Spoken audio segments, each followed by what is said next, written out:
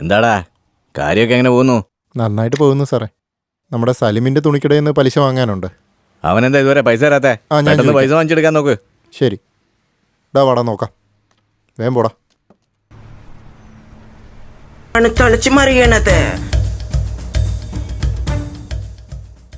Hello sir, ആ വിഗ്രഹക്കടത്ത് case sir അന്വേഷിക്കുന്നെന്ന് കേട്ടല്ലോ. Sir ആവശ്യമില്ലാതെ കേസെടുത്ത് തലേ വെക്കണ്ട. പണ്ട് കുറച്ച് പേര് ഇത് അന്വേഷിക്കാൻ നോക്കിയതാ. അവരുടെ അതൊന്നും ഇപ്പൊ ഞാൻ പറയുന്നില്ല. സാറ് കേൾക്കുന്നുണ്ടോ? സാർ, ഞാൻ എൻ്റെ കടമയല്ലേ ചെയ്യുന്നത്. സാറേ, സാറെന്താ ഈ പറഞ്ഞ കാര്യം തന്നെ പറഞ്ഞോണ്ടിരിക്കുന്നേ? എടപ്പന്ന നാറി, സാർ എന്താ ഈ പറയുന്നത്? കണക്കില്ലാത്ത കള്ളപ്പണം കണക്കുണ്ടാക്കി അത് ജനങ്ങൾക്ക് കൊടുത്ത് ഇലക്ഷനിൽ 1-3 കള്ളവോട്ടും കുത്തി ഒരു കോട്ടറിനും കോഴിക്കാലിനും കതറിട്ടവന്റെ പിന്നാലെ പോയി കുടിസ് റൂമിൽ കിടന്ന് നായപ്പട നക്കിയിട്ട്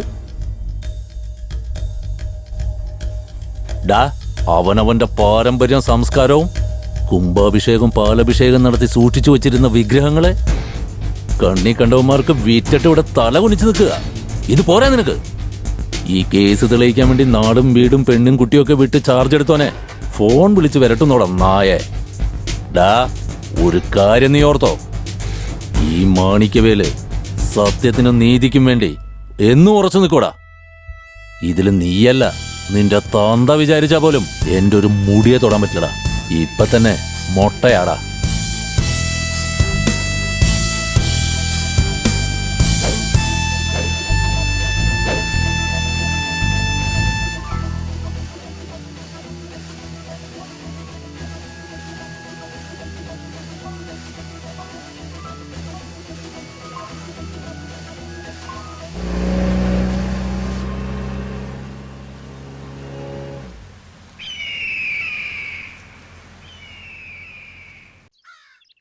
കണക്കെല്ലാം നോക്കിയാലടാ ശമ്പളം കൊടുക്കട്ടെ.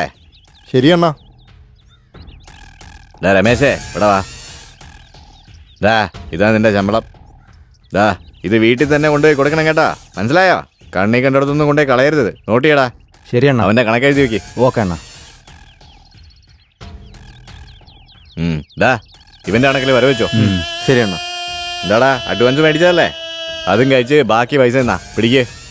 വീട്ടിൽ പോയി മര്യാദക്ക് ഭാര്യയും കൊച്ചിനെയും നോക്ക്. പോയിട്ട് വരാം. പോ. പണിയൊക്കെ ഇച്ചിരി മെനയായിട്ട് ചെയ്യണം. ശരി, പോ. ഇതവന്റെ കണക്കിൽ വെക്ക്. ഓക്കെ അണ്ണ.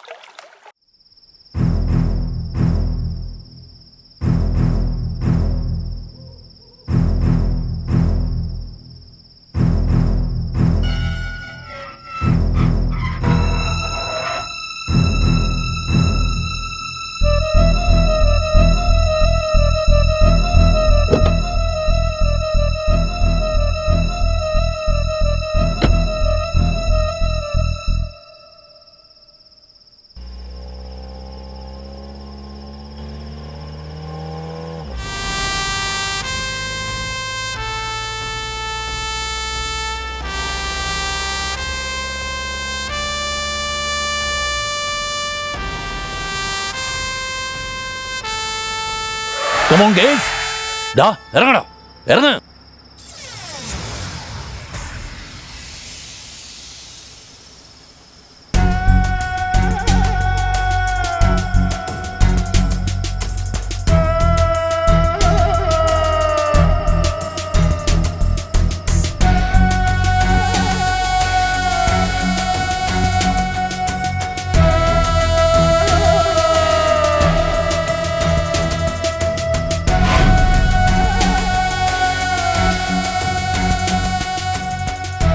സാർ, അവനെ കൊന്നുകളയും സാർ.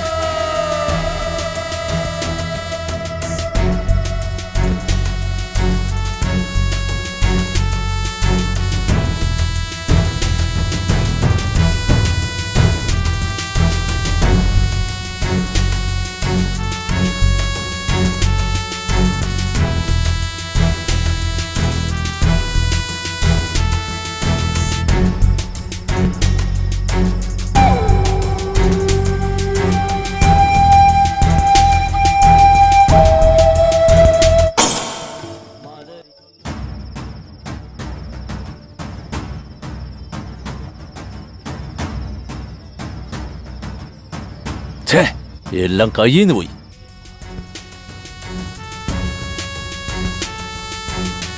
സർ, ഈ പ്രശ്നത്തിൽ നിന്ന് അവന്റെ അധികാരം ഉപയോഗിച്ച് അവൻ എങ്ങനെയെങ്കിലും രക്ഷപ്പെടും.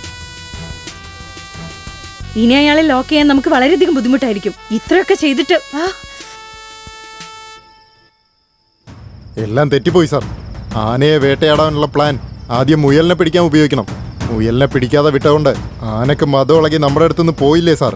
രമേഷ് സാർ, ഇനി ഒരു പ്രശ്നം ഉണ്ടാവില്ല. മുയലിന് നമുക്ക് ഡിപ്പാർട്ട്മെന്റിൽ പറഞ്ഞൊരു കെണി വെക്കാം. ഗൈസ്, ഡിസ്കവറി ചാനലിലെ പോലെ എലിന്റെയും പൂച്ചന്റെയും കഥ പറഞ്ഞിട്ട് കാര്യമൊന്നുമില്ല. നടന്നതാണ് ഇവിടെ പ്രധാനം.